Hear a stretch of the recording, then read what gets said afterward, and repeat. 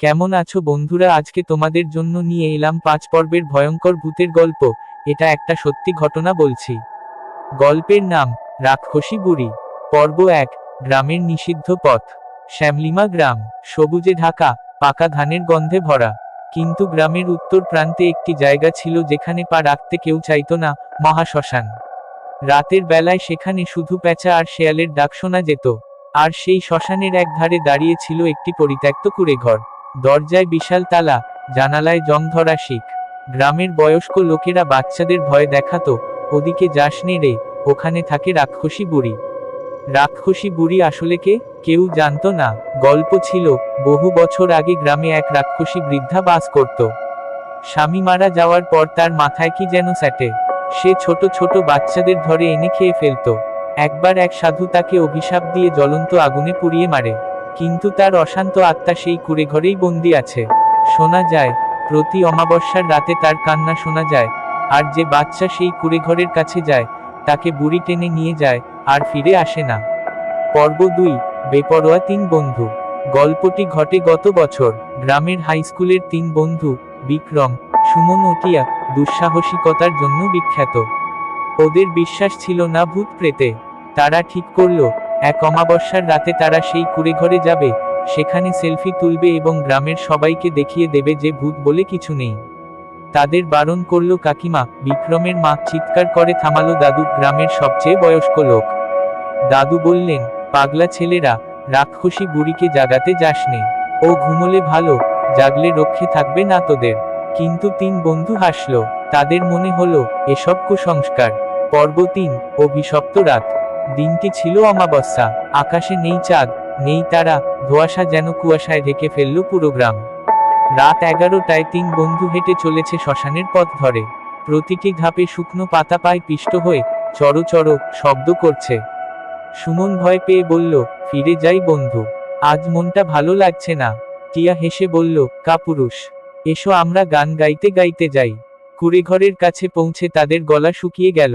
কুঁড়েঘর দেখে মনে হলো, যেন কোনো দৈত্য বসে আছে। হঠাৎ দরজার তালা চক করে পড়ে গেল। বিক্রম সাহস করে দরজায় ধাক্কা দিতেই দরজা খুলে গেল আপনা থেকেই। ভেতরে অন্ধকার চোখে ধাঁধিয়ে যায়। কিন্তু টিয়া মোবাইলের টর্চ জ্বালালো। ঘরের ভেতর জালের চিহ্ন, ভাঙা কলসি, মাকড়সার বাসা। কিন্তু দেয়ালে লাল রঙে আঁকা অদ্ভুত সব ছবি, মানুষ খাওয়ার দৃশ্য, কঙ্কাল আর একজন বৃদ্ধা লম্বা নখ নিয়ে হাসছে। পর্ব 4। রাক্ষসীর আগমন। ঠিক তখন বিক্রমের পায়ের নিচে কাচের বোতল পিষে গেল। সাথে সাথে ঘর কেঁপে উঠল। হু হু হু করে বাতাস বইতে শুরু করলো। দরজা ব্যাং করে বন্ধ হয়ে গেল। মোবাইলের নেটওয়ার্ক উধাও। হঠাৎ পেছনে দরজা দিয়ে একজন বুড়ি ঢুকলো। তার চুল ধূসর, চোখ দুটি জ্বলন্ত লাল, হাতের নখ প্রায় 1 ফুট লম্বা, মুখ দিয়ে রক্ত ঝরছে। সে হেসে বলল, আহা, ছোট ছোট পাখির দল এসেছে আমার জালে। অনেক বছর পর মাংস খাবো। সে হাঁটতে থাকে কুঁচকানো পায়, কিন্তু গতি এত দ্রুত যে বাতাসে তার ছায়া মিলিয়ে যায়। টিয়া চিৎকার করে উঠল। 3 বন্ধু কোণে গিয়ে ঠোকাঠুকি করতে লাগলো। বুড়ি তাদের চিনতে পেরে বলল, তোদের দাদু তো আমায় জ্বালিয়ে মেরেছিল। কিন্তু আমি আজও বেঁচে আছি। না, আমি অমর। এখন প্রতি অমাবস্যায় আমি একটিমাত্র আত্মার রক্ত পান করে বাঁচি। আজ তো 3টি এসেছে, তাই 3টিই খাবো।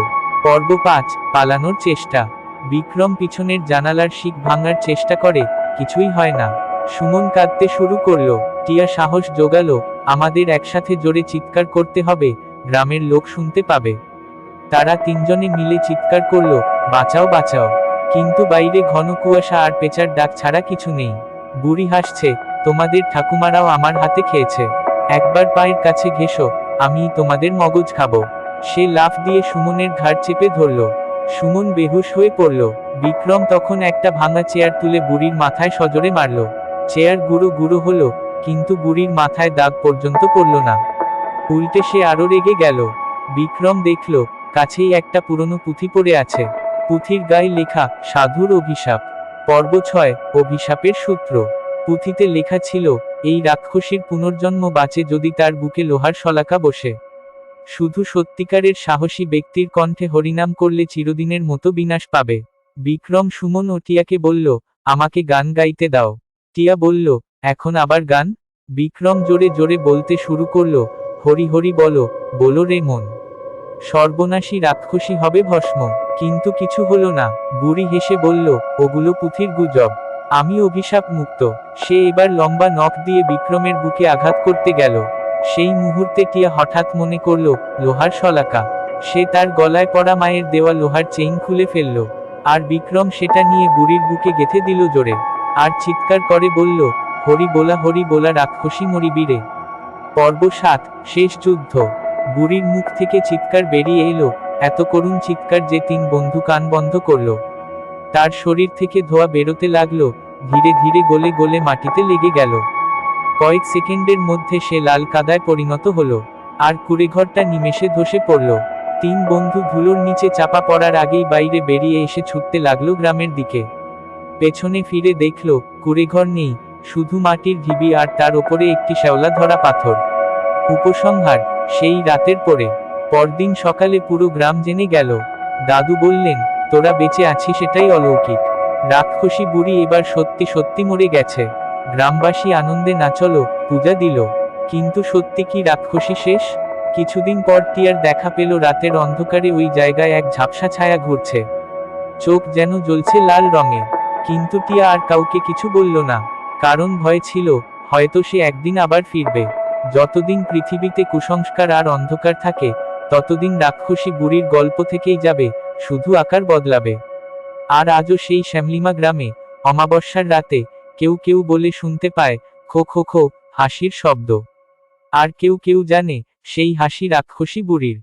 কিন্তু বিশ্বাস করবেন কি না সেটা আপনার ব্যাপার। শেষ।